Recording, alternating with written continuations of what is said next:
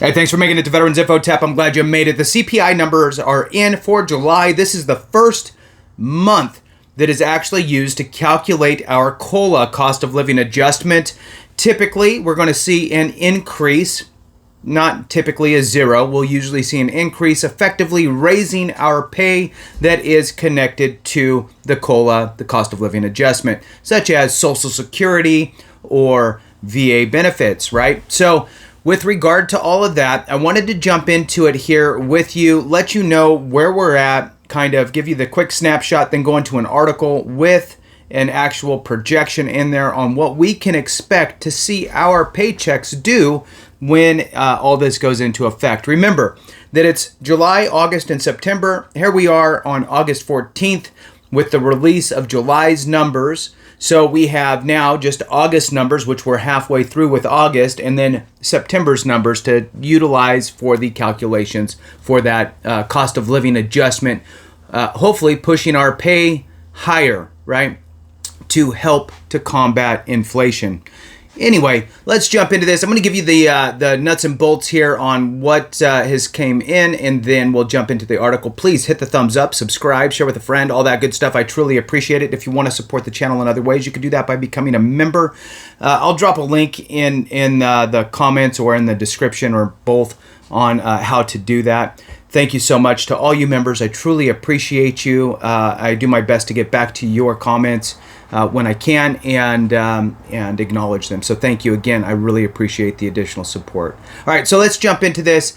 The latest, the July 2024 Consumer Price Index for urban wage earners and clerical workers, the CPIW, released August 14th, is here, right? And it is 308.501, which is 2.4% above the fiscal year 2024 baseline of 301.236. August 2024 figures will be announced September 11th. So 9/11 figures will be that release for the August numbers. The CPI figures, CPIW figures, from the end of this fiscal year, July, August, and September will be compared to the fiscal year 2024 COLA baseline to calculate the 2025 COLA, and that's that. So let's jump into an article here from ThinkAdvisor and shine a little light on a projection, and then we will go from there. So the Social Security Cost of Living Adjustment, or COLA, for 2025 is likely to be 2.6%. 2.6. So it's dropped down some over the course of the last, 6-7 months now. January, it was a lower projection. Then February, it creeped up. March, April, May, I think it creeped up more and even got into the 3% range.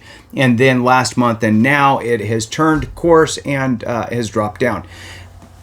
Great timing, right? So anyway, 2.6% is the projection at this point. Let's read a little more to get some a little bit of clarity. So based on remember, we got a month and a half left to see what's going on as well, and see how that all pans out. So anyway, based on the latest Consumer Price Index data released Wednesday, that is the projection, the 2.6. So the prospective COLA for next year would be about average for the last 2 decades and the lowest since 2021, according to an estimate provided by the independent Social Security expert Mary Johnson. Mary Johnson used to work at the Senior Citizens League as their analyst, and she's kind of doing some freelance work still on this same subject. So solid source. The 2024 cost of living adjustment for Social Security beneficiaries was 3.2%. The Consumer Price Index for urban wage earners and clerical workers, the CPIW, rose 2.9% in July from 12 months ago. That's the level the inflation trends indicated last month based on the June inflation data, but it brought the annual pace of inflation down. I am going to throw this out there, that there has been 2 pieces of legislation that have floated around. They didn't gain much traction, but the whole idea here is that you never know. There could be a doorway in. There's two pieces of legislation that floated around, this, pretty much 2023, 2024, regarding changing how COLA is calculated and utilizing the CPI-E instead of the CPI-W. The CPI-E, for those that don't know, is the Consumer Price Index for elderly.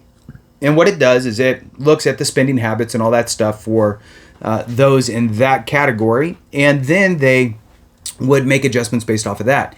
If you look back in time and do kind of an analysis on, what would have the COLA adjustments have been if the CPI-E was used instead of the CPI-W, we would have realized approximately 0.25% or 25 basis points per adjustment increase.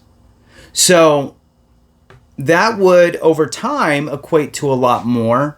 So anyway, something to think about and kick around. I think that that would be an option, or even a CPIW plus something could be a result. I think that we're all in agreement that the graph is not parallel, right? The inflation goes like this, and the cost of living adjustments go like that. Sure, they're both trending upward, but the gap is getting further as we move along in life. So I think that something like a CPIW plus X, right, plus 1%, or whatever it is, could make sense. Another kind of thought that I wanted to throw out is the VA actually calculates its own cost of living adjustment for educational programs like Chapter 35 or the VR&E subsistence allowance. So maybe they kick it to the VA and let the VA decide what the adjustment should be. They have trended much higher in those realms. I don't know over the course of time how much, if it was always higher, but at least the last few years, their adjustments have been higher than the standard federal Social Security COLA.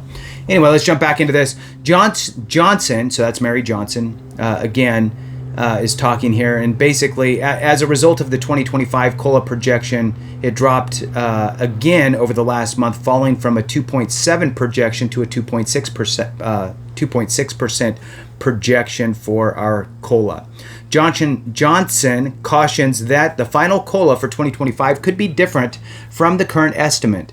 This is because the COLA is calculated on the average rate of inflation during the third quarter, which is then compared against the third quarter a year ago. Now, what's always weird is that they, depending on where you're getting information from, it's either the last quarter of the fiscal year, which would be July, August, September, or it would be the third quarter of the calendar year, which are the same months, July, August, and September. So it just depends on where you're getting your information. All right, so moving on. July inflation highlights. As reported by the Bureau of Labor Statistics, the Consumer Price Index for all urban consumers, a broader measure of inflation than the CPIW, which is actually used to calculate the COLA, increased 0.2% in July on a seasonally adjusted basis after falling 0.1% in June. Moving on, let's see if we can figure out anything else in here that's worthy of bringing up. There's a little bit more. While inflation ticked up slightly in July, the all items index rose only 2.9% for the 12 months ending in July, the smallest 12-month increase since March 2021. The all items less food and energy index rose 3.2% in that time, which marks the smallest 12-month increase in that index since April of 2021. The energy index increased 1.1% for the 12 months ending July. The food index increased 2.2% over the last year. The index for shelter rose 0.04% in July, accounting for nearly 90% of the monthly increase in the all items index. The energy index was unchanged over the month after declining in the two preceding months. The index for food increased 0.2% in July, on par with the rate measured in June. The food away from home index rose 0.2% over the month, while the food at home index climbed 0.1%. The index for all items less food and energy rose 0.2% in July after rising 0.1% the preceding month. Overall, indexes that increased in July include shelter, motor vehicle insurance, household furnishings and operations, education, recreation, and personal care. The indexes that used cars and trucks, medical care, airline fares, and apparel were among those that decreased over the month. With that, thanks so much for watching. I appreciate you. Have a great one. And remember, if we don't take care of each other, something went wrong.